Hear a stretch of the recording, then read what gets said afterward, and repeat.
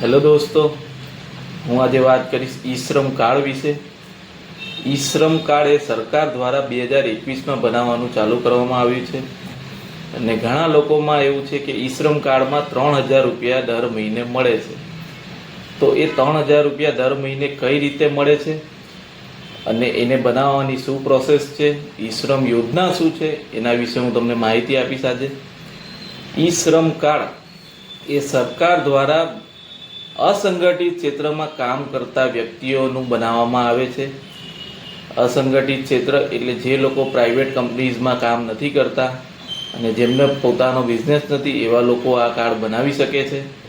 ઈ શ્રમ કાર્ડમાં શું લાભ છે પહેલાં એ વાત કરીએ અને પછી આપણે કઈ રીતે બનાવીએ એની પ્રોસેસ પણ જાણીએ. ઈ શ્રમ કાર્ડ પર સરકાર દ્વારા 2 લાખ રૂપિયાનો એક્સિડેન્ટલ ડેથ વીમો આપવામાં આવે છે અને 1 લાખ રૂપિયાનો પાર્શિયલી ડિસેબિલિટીનો વીમો આપવામાં આવે છે.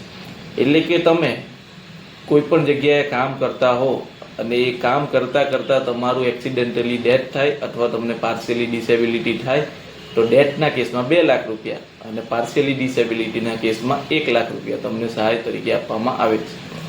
હવે વાત કરીએ 3000 રૂપિયા દર મહિને મળે છે, એ કઈ રીતે મળે છે.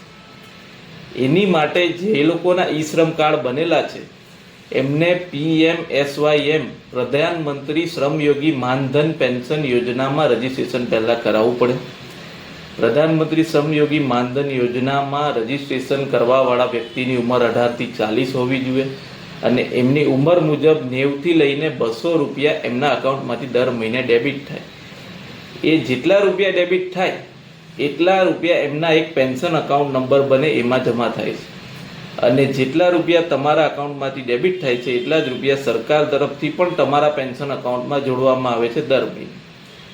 આ દર મહિને જમા થતા તમારા રૂપિયા અને સરકાર તરફથી સહાય આપે છે એ રૂપિયા દર મહિને 60 વર્ષ પછી તમને 3000 રૂપિયા લેખે પાછા આપવામાં આવે છે. એ 3000 રૂપિયા તમને મળે છે. લોકોમાં ગેરમાન્યતા છે કે દર મહિને 3000 રૂપિયા મળશે, પણ હમણાંથી નહીં મળે, 60 વર્ષ પૂરા થાય પછી દર મહિને તમને મળશે. આ યોજનાનો આ લાભ છે. બીજી વસ્તુ, આ યોજનાનું કાર્ડ કઈ રીતે બનાવી શકો. તો તમારી પાસે આધાર કાર્ડ હોવું જોઈએ અને આધાર કાર્ડમાં મોબાઈલ નંબર લિંક હોવો ફરજિયાત છે. બીજી વસ્તુ, તમારી પાસે બેંક અકાઉન્ટ હોવું જોઈએ, બેંક પાસબુક. આ 2 વસ્તુ લઈ જઈને તમે કોઈ પણ CSC સેન્ટર પર આની નોંધણી કરાવી શકો છો અને આ કાર્ડ બનાવી શકો છો. આ કાર્ડ ઓલ ઇન્ડિયા વેલિડ છે, એનો એક લાભ એ છે. બીજી વસ્તુ, સરકાર દ્વારા કોઈ પણ DBT ટ્રાન્સફર કરવામાં આવે એટલે ડાયરેક્ટ બેનિફિટ ટ્રાન્સફર આપવામાં આવે તો તમારા બેંક અકાઉન્ટમાં ડાયરેક્ટ જમા થશે. ત્રીજું, તમારા એરિયામાં તમારા લાયક સરકાર દ્વારા કોઈ કામ કરવામાં આવી રહ્યું છે તો તમને એની જાણ કરી અને રોજગારી પૂરી પાડવાનું કામ પણ આ કાર્ડથી થશે અને તમને રોજગાર મળશે તો એના પૈસા પણ DBTના માધ્યમથી તમારા અકાઉન્ટમાં જમા થશે.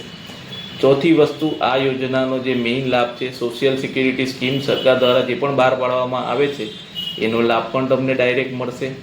આ રીતની બધી યોજના છે ઈ શ્રમ કાર્ડ વિશે અને સૌ કોઈએ આ કાર્ડ બનાવવું જોઈએ અને સરકારનો આ લાભ તમે લો.